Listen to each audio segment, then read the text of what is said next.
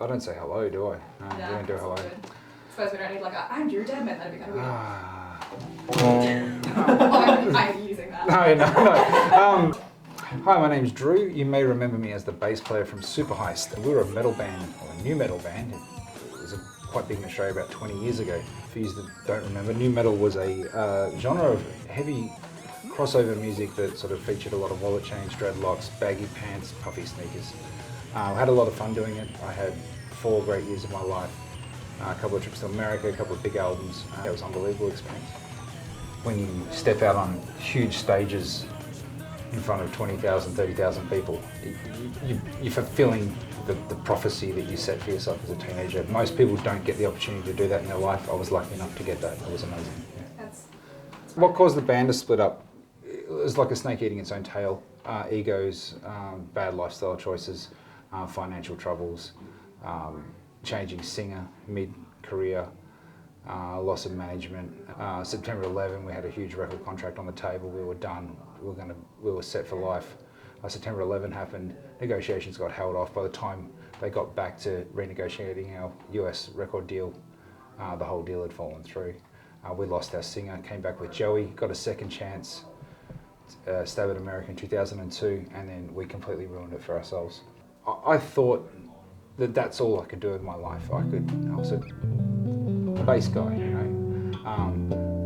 I wanted to do something else with my life. I just didn't know how to do it. I tried regular jobs. I didn't fit in. Nothing made sense to me. And I had this epiphany when I'm in LA, and seriously, I was on a bender, and I'm sitting there on the balcony, and I'm looking out at the sunrise, and I'd been up for days, and you know, and then most people go to California and have this thing, want to become an artist or whatever, and I went to California at that time, and I had this epiphany that I wanted to go back to Australia and be normal and start looking after my health, which is a complete reverse of what most people do.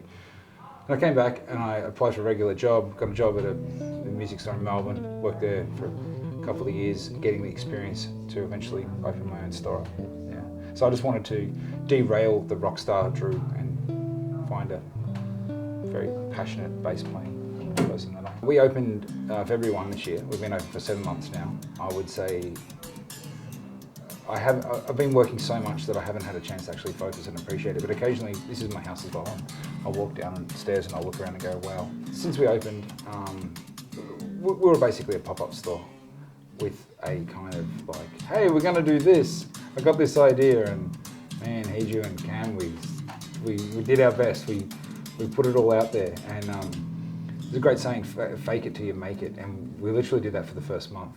We opened the shop with like 20 basses and a box of strings, and everyone said to me, you're insane, you can't open a retail store in 2019. That's a niche bass store, you know, Australia only has one store like that already, and I went, no, I'm gonna do retail different, and everyone's like, you're insane, you'll be out of business in no time, and I just believe in 100% in what we do. Transition from being out of control in a metal band to normal life took me about 12 years of being completely lost and unsure of who I am or what I'm meant to do with my life. And it's a really extremely difficult personal process to go through, because no one can relate to it, because everyone looks at it and goes, oh, you're so lucky for doing this. But when you're in your late 20s and you don't even know how to pay a bill or shop for yourself, it's pretty pathetic. Yet you're too proud to sort of come at someone and say, hey, I can't do this. I had a manager do all that stuff that will look after your finances and all that.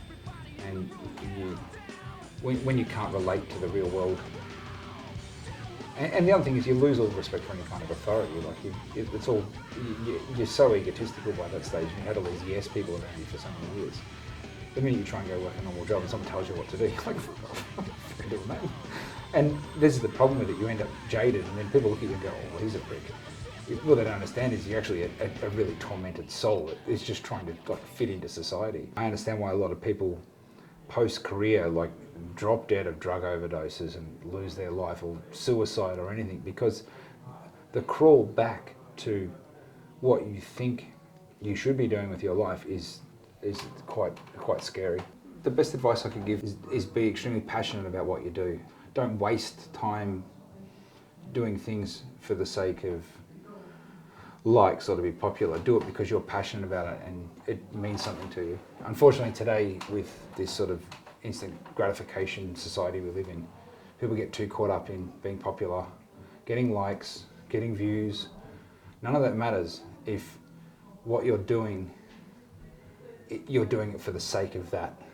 You've got to do things for your own art, your own personal thing. It doesn't matter, like if you're doing something that you love and 100 people like it, then great. Keep the blinkers on. Don't worry about what critics say. Don't worry about anything, you know, and work on being the best at what you are and what you do. Yeah. Do you want a name for it? Yeah. Call it Happy Wasted.